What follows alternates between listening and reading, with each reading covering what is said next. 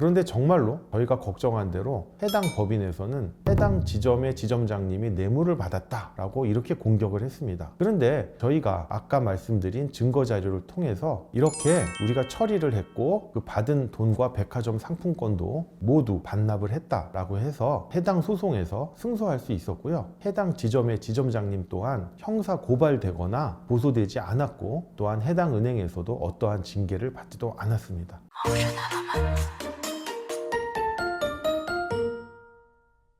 안녕하세요. 신탁의 신 오상민 변호사입니다. 제가 최근에 긴급히 상담을 했던 사례를 설명드릴 텐데요. 변호사님, 누가 뇌물을 놓고 갔습니다. 어떻게 해야 되나요? 라는 주제로 설명을 드리도록 하겠습니다. 부정한 목적의 돈을 받는 경우 뇌물죄로 처벌된다고 아시는데요. 통상 뇌물죄는요, 공무원이 부정한 돈을 수뢰할 때 처벌받는 범죄입니다. 민간 영역에서 뇌물죄를 처벌하는 것은요, 배임수재죄라고 따로 규정이 되어 있습니다. 제가 지금부터 설명드릴 사례는 뭐냐면요, 은행의 지점장님인데 대출을 받은 법인이 몇 차례 대출 연장을 받았는데 이제는 더 이상 대출 연장을 해줄 수 없는 상황이 됐습니다. 즉 기한의 이익을 상실해서 디폴트가 난 상태예요. 그런데 며칠 전부터 해당 법인에서 자꾸 만나자, 집으로 찾아가겠다 라고 하는데 목적은 뻔하잖아요. 대출 연장을 해달라는 거고, 이게 단순히 부탁으로만 끝나면 좋은데 혹시 뭔가 안 좋은 일에 연루될까봐 싶어서 모든 연락을 끊고 집으로 오는 것도 차단을 했다고 합니다. 그런데 대뜸 업무 시간에 은행 지점에 찾아와서 지점장님하고 면담을 하고 싶다라고 해서 면담을 했었어요. 물론 지점장님은 단호하게 이제는 더 이상 대출 연장이 안 됩니다 라고 딱 잘라 보냈죠. 그런데 몇 시간 뒤에 저에게 전화가 온 거예요. 무슨 내용이냐 하면은 본인이 오전에 대출 연장을 해달라고 하는 법인의 대표를 만났는데 오전에는 몰랐는데 오후에 자기 책상 아래를 보니까 쇼핑백이 있더라. 그런데 그 쇼핑백을 열어보니까 돈봉투랑 백화점 상품권이 있었다. 이런 경우 어떻게 해야 되느냐, 너무 걱정이 된다라고 해서 저에게 긴급히 상담 전화를 했던 건입니다. 물론 저는 그 지점장님을 잘 알기 때문에요, 뇌물을 받으실 분이 아니라는 걸 잘 알고 있어요. 그 지점장님이 뇌물을 받았다고 대출 연장을 해줄 수 있겠습니까? 이 대출 연장이라고 하는 거는요, 해당 지점의 지점장님이 독자적으로 결정할 수 없는 사안이에요. 즉 본점의 대출 연장 승인을 받아야지만 대출 연장이 되지 해당 지점의 지점장님이 결정할 수 있는 단계는 이미 지났습니다. 그런데 해당 법인의 대표는 왜 해당 지점의 지점장님에게 뇌물을 놓고 갔을까요? 뻔합니다. 대출 연장이 되지 않으면 해당 지점의 지점장님 약점을 잡아서요, 공격을 하고 나아가 본점에 대해서도 문제를 삼아서 대출 연장을 받으려는 안 좋은 의도가 깔려 있는 겁니다. 그래서 제가 일단 지점장님에게 긴장하지 마시고 차근차근 설명을 해달라고 했습니다. 첫째, 해당 법인의 대표를 만난 시점이 언제인가? 오전이랍니다. 그럼 둘째, 그 뇌물을 인지한 시점이 언제인가? 오후랍니다. 약간의 시차는 있어요. 물론 시차가 없다면 바로 그 해당 법인의 대표에게 이 돈 가져가라 라고 전화를 한다거나 사진 찍어서 문자나 카카오톡으로 송부한 뒤에 회사에게 보고를 하면 되지만, 이게 뇌물을 놓고 간 시점하고 인지 시점의 차이가 있다 보니 이 지점장님도 걱정을 하게 된 거예요. 혹시나 뇌물을 받고 좀 고민하다가 아닌 것 같아서 이제 신고를 한 거 아닌가 라는 오해를 받을 수도 있잖아요. 그래서 제가 인지 시점을 확인할 수 있는 증거 자료를 남겨놓으라고 했습니다. 물론 그 지점장님이 해당 뇌물을 발견하고 저에게 즉각 전화를 건 것도 하나의 증거 자료가 될 수 있겠죠. 그리고 해당 지점장님이 직원들에게 물어봤답니다. 이게 무슨 쇼핑백이야? 라고 한 증거가 있어요. 물론 직원들도 증인으로서 이를 증언해 줄 수 있겠죠. 그렇기 때문에 해당 법인 대표가 뇌물을 놓고 간 시점과 해당 지점의 지점장님이 뇌물을 인지한 시점 사이에 시차가 있더라도 이것은 정당한 사유로 입증할 만한 증거들이 충분했습니다. 셋째, 해당 지점의 지점장님에게요, 즉각 해당 법인 대표에게 전화를 걸어서 이게 무슨 일이냐, 빨리 돈과 백화점 상품권을 가지고 가라 라고 전화를 하고 해당 전화를 녹음하라고 했습니다. 그리고 해당 돈과 백화점 상품권을 사진을 찍어서 정확하게 액수를 확인한 다음에 이를 해당 법인 대표에게 카카오톡과 문자로 전송해서 당장 돈을 가져가라고 했습니다. 넷째, 해당 은행의 내규에 따른 보고 절차에 맞게 이를 즉각 즉각 신고하라고 했습니다. 그리고 마지막으로는요, 회사 본점과 상의해서 필요할 경우 경찰에게도 즉각 신고를 하라고 했습니다. 역시나 나중에 해당 법인과 해당 은행 사이에 대출 연장 여부에 대해서 다툼이 벌어졌습니다. 그런데 정말로 저희가 걱정한 대로 해당 법인에서는 해당 지점의 지점장님이 뇌물을 받았다라고 이렇게 공격을 했습니다. 그런데 저희가 아까 말씀드린 증거 자료를 통해서 이렇게